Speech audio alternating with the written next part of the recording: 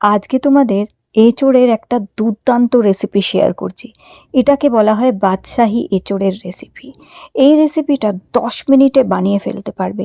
এঁচোড়ের নামে, এঁচোড় রান্না করার নামে অনেকেই ভয় পেয়ে যায়, ঘাবড়ে যায়, ওরে বাবা এঁচোড় মানে বিশাল তামঝাম। না, কোনো তামঝাম নেই। দুর্দান্ত একটা রেসিপি, অসাধারণ খেতে হয় আর কোনো ঝামেলাই নেই। চলো, এর জন্য আমাদের লাগছে প্রেসার কুকার। জানি প্রেসার কুকারে খুব তাড়াতাড়ি রান্না হয়, তাই একটা প্রেসার কুকার বসিয়ে দিলাম। এর মধ্যে 2 চামচ আমি সর্ষের তেল দিয়ে দিলাম। দিয়ে এবার 2টি তেজপাতা একটু ভেঙে দিয়ে দিয়েছি। এবার গোটা গরম মশলা, যেমনি 4-5টা লবঙ্গ, 2টো ডান্ডি দালচিনি, একটু নাড়াচাড়া করে নেবার পরে দিয়ে দেবো এখানে 4টে ছোটো এলাচ থেঁতো করে। এই মশলাটা একটু ভেজে নিতে হবে। এই গোটা গরম মশলাটা সামান্য একটু ভাজা হয়ে যাবার পরে দিয়ে দিচ্ছি জিরে, 1 ছোটো চামচ। জিরে দেওয়ার পরে জিরেটাও যখন একটু ভাজা হয়ে যাবে, হালকা একটু ব্রাউন হয়ে যাবে, সেই সময় এবার দিয়ে দেবো এর মধ্যে আমি আদা বাটা 1 চামচ। এই 1 টিস্পুন আদা বাটা দিয়েই আমি ঢাকা দিয়ে দিলাম। এই যে চারদিকে ছেটাচ্ছিল, তাই একটুখানি প্রেসার কুকারের ঢাকনাটা উপরে ঢাকা দিয়েছি। এবার আমি দিয়ে দিচ্ছি, দেখো এখানে কাঁচা লঙ্কা বাটা 1.5 চামচ। 1.5 চামচ কাঁচা লঙ্কা মানে 1.5 টিস্পুন কাঁচা লঙ্কা বাটা দিয়ে এবার মশলাটাকে একটু নেড়ে চেড়ে নিলাম।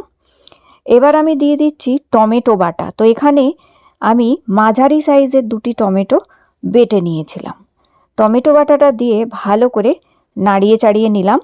এটাকে একটুখানি নাড়াচাড়া করে নেবার পর এবার দিয়ে দিচ্ছি ধনের গুঁড়ো 1/2 টিস্পুন, জিরের গুঁড়ো 1 টিস্পুন। এরপর এর মধ্যে দিয়ে দিচ্ছি 1/2 চামচ হলুদ গুঁড়ো। দিয়ে এরপর এর মধ্যে দিয়ে দেবো আমি 1 চামচ শুকনো লঙ্কার গুঁড়ো। তো এখানে কাশ্মীরি লঙ্কার গুঁড়ো দিচ্ছি, ঝালটা কম হবে কিন্তু টেস্টটা ভালো আসবে। এরপর এর মধ্যে দিয়ে দিচ্ছি স্বাদ মতন নুন, স্বাদ মতন 1 চামচ নুন দিয়ে ভালো করে এটাকে নেড়ে চেড়ে নেব। ভালো করে নেড়ে চেড়ে নিয়ে মশলাটাকে একটু কষিয়ে নিচ্ছি আমি। আঁচটা এই সময় কমিয়ে দেবে, একটু আঁচটা কমিয়ে দিয়ে ভালো করে নেড়ে চেড়ে নেবার পর এবার এর মধ্যে আমি দিয়ে দেবো গরম মশলার গুঁড়ো। তো এখানে আমি গুঁড়ো গরম মশলা দিয়ে দিচ্ছি। তোমরা এটা বাজারে গরম মশলাও দিতে পারো, অথবা বাড়িতে একটুখানি গরম মশলা তৈরি করে গুঁড়ো করেও নিতে পারো, সেটাও দিতে পারো। তো এখানে গরম মশলা দিয়ে ভালো করে মশলাটাকে একটুখানি কষিয়ে নিলাম। অল্প একটু ভালো করে মশলাটা কষিয়ে নেবার পরে এরপরে দেখো এখানে যেটা হচ্ছে মশলাটা থেকে তেল ছাড়ছে। এইবার এঁচোড় কুচিগুলো এর মধ্যে দিয়ে দিচ্ছি। এঁচোড় এখন ছাড়ানো কোনো ব্যাপার না, বাজারে এঁচোড় ছাড়ানোই পাওয়া যায়, আর বাজারে কোনো সমস্যাই নেই এই এঁচোড় ছাড়ানো। আর যদি গোটা এঁচোড় থাকে, ইউটিউব দেখেই তোমরা এঁচোড় ছাড়িয়ে নিতে পারবে, কোনো সমস্যাই না এই এঁচোড় ছাড়ানো।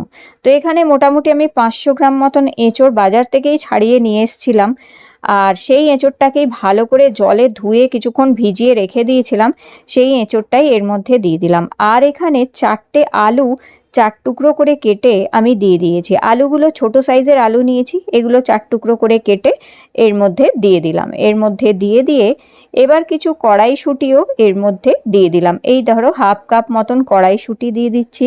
অল্প একটুখানি আমি এখানে কিশমিশ দিয়ে দিলাম, আর অল্প একটুখানি কাজু দিলাম। তবে কাজু কিশমিশ কড়াইশুঁটিটা অপশনাল হচ্ছে। তোমরা যদি এটাকে বাদশাহী তৈরি করতে চাও তাহলে এই কাজু কিশমিশ আর কড়াইশুঁটিটা দিতে পারো। এটা খেতেও টেস্টি লাগে, আবার দেখতেও ভালো লাগবে। তবে এগুলো অপশনাল, চাইলে দেবে চাইলে বাদ দেবে। এবার এটাকে ভালো করে একটু নাড়াচাড়া করে নেবার পরে আমি এখানে দিয়ে দিচ্ছি, দেখো একটু মিষ্টি। যেহেতু আজকে এটা নিরামিষ তৈরি করছি, তাই এর মধ্যে মিষ্টি দিয়ে দিলাম 2 ছোটো চামচ, মানে 2 টিস্পুন। এঁচোড় তো একটু মিষ্টি টানবেই, সেই জন্য। এইবার ভালো করে নাড়িয়ে চাড়িয়ে মেশাবার পরে এখানে 2.5 কাপ মতন আমি জল দিয়ে দিলাম, কারণ এঁচোড় সেদ্ধ হবার সময় জল টানবে, আলুও জল টানবে, তাই 2.5 কাপ জল দিলে একদম পারফেক্ট কনসিস্টেন্সির কিন্তু এই এঁচোড়ের রান্নাটা তৈরি হয়ে যাবে। তো এখানে 2.5 কাপ জল দেওয়ার পরে এটাকে ভালো করে মিক্স করে নিতে হবে। দেখো এখনই এঁচোড়টা দেখতে কি দুর্দান্ত লাগছে, খেতে তো অসাধারণ হবে। আমি এখনই বুঝতে পারছি, এখনও দেখো কিছুই হয়নি, শুধু মশলা দিয়ে এগুলোকে মিশিয়েছি, তাতেই দেখো দেখতে কি দুর্দান্ত লাগছে। তো এইবার যেটা করতে হবে, এটাকে ভালো করে সমস্ত কিছু মিক্স করে নিয়ে এরপরে ব্যাস প্রেসার কুকারের ঢাকনিটাকে লাগিয়ে নিতে হবে। আর লাগিয়ে দিয়ে এইবার প্রথমে আঁচটা একটু বাড়িয়ে দেবে, আঁচ বাড়িয়ে দিয়ে 3টে সিটি আমি এটাতে মাত্র দেবো মাঝারি আঁচে। মাঝারি আঁচে 3টে সিটি দিয়েই ব্যাস গ্যাস অফ করে রেখে দেবে। তো এই দেখো মাঝারি আঁচে 3টে সিটি পড়লো এখানে। আচ্ছা, যতক্ষণ সিটি পড়লো, 3টে সিটি পড়েছে, গ্যাস অফ করে দিলাম। গ্যাস অফ করে দিয়ে ঝট করে আমি ভাবলাম দিয়ে ঘরটা মুছে নিই। এই যে আগারো রিজেন্সি এটা যে কোনো ফ্লোরে, উডেন ফ্লোর হোক, এইটা দিয়ে দারুণ সুন্দরভাবে এই যে ফ্লোর মুছে নেওয়া যায়। অনেক সময় কাজের লোক আসে না, নিজেদের মুছতে অসুবিধা হয়, কোমর যন্ত্রণা, হাঁটুর যন্ত্রণার জন্য নিচে ঝুঁকে কিংবা বসে মুছতে অসুবিধা হয়, সেই সময় আগারোর এইটা দুর্দান্ত কাজ করে। এটা দিয়ে ওয়েট মপিং করা যায়, মানে এর মধ্যে জল দিয়ে এইভাবে ভরে দেখো জল স্প্রেও করে, আবার এটাতে লাইটও জ্বলে।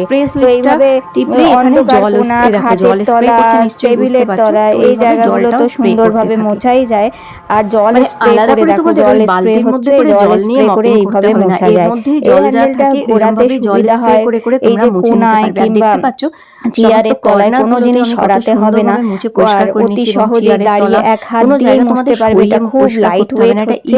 তো আমি ঝটপট করে ঘরটা মুছে নিলাম, কারণ প্রেসারে এঁচোড়টা বসানো আছে, আর এখন একটুখানি যেটা হচ্ছে স্টিমটা বেরোতে সময় লাগবে, তো সেই জন্য আমি ঝটপট করে ঘরটা এখানে মুছে নিলাম এইভাবে।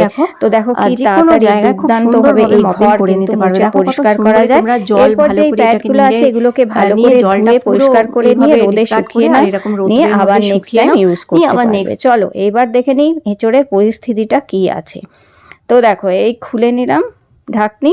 ওফ, দুর্দান্ত হয়েছে দেখতে, সত্যি বন্ধুরা এত অসাধারণ খেতে হয়েছে। নিরামিষ একদম, না আছে এর মধ্যে পেঁয়াজ, না আছে এর মধ্যে রসুন, আর নাই আছে কোনো মাছের ছোঁয়া এর মধ্যে। একেবারে সম্পূর্ণ নিরামিষ, কিন্তু অসাধারণ দেখতেও হয়েছে আর অসাধারণ সত্যি খেতে হয়েছে। এঁচোড়ের এই রেসিপিটা দিয়ে তোমরা ভাত অথবা রুটি দুটোই খেতে পারবে। ব্যাস এবার কি করতে হবে, এখনও একটু বাকি আছে, এটা কিন্তু এখনও কমপ্লিট হয়নি। তো প্রেসারের ঢাকনিটা খোলার পরে ভালো করে একটু নেড়ে চেড়ে দেবে, ভালো করে নেড়ে চেড়ে দিলে বেশ মাখা মাখা ব্যাপারটা এসে যাবে। এবার 1 চামচ ঘি ওপর থেকে দিয়ে দেবে, দিয়ে আবার একটু ফোটাবে। এই ধরো 1 থেকে 2 মিনিট, বেশি না, 1-2 মিনিট ফোটালেই দেখো এর পুরো কালার আর চেহারাই পাল্টে গেছে, ঠিক যেন মনে হচ্ছে একবারে পাঁঠার মাংস রান্না হয়েছে। আর প্রেসার কুকারে সত্যি অসম্ভব গন্ধ ছাড়ছিল, মনে হচ্ছিল যে মাংসই রান্না হচ্ছে, এইরকম গন্ধ বেরোচ্ছিল। আর দেখো দেখে মনে হচ্ছে না যে পাঁঠার মাংস একেবারে। চলো গরম গরম ভাতের সাথে এটাকে এবার সার্ভ করে ফেলি। তো অবশ্যই এঁচোড় এইভাবে রান্না করে দেখো বন্ধুরা, দুর্দান্ত লাগবে খেতে, এবং একেবারেই ঝামেলা ছাড়া প্রেসারে বসিয়ে দিয়ে নিশ্চিন্তে এই রেসিপি কিন্তু করে নিতে পারো। খুব তাড়াতাড়ি রান্না হয়ে যায়, আর এঁচোড় রান্না করতে একেবারেই ভয় নেই, বাজার থেকে কাটিয়ে নিয়ে আসবে, বাড়িতে এসেই ঝটপট রান্না করে ফেলবে এইভাবে। তাহলে আজকের এই রেসিপিটি ভালো লেগে থাকলে লাইক দিও, চ্যানেল সাবস্ক্রাইব করে রেখো। আবার দেখাবে নতুন রেসিপির সাথে।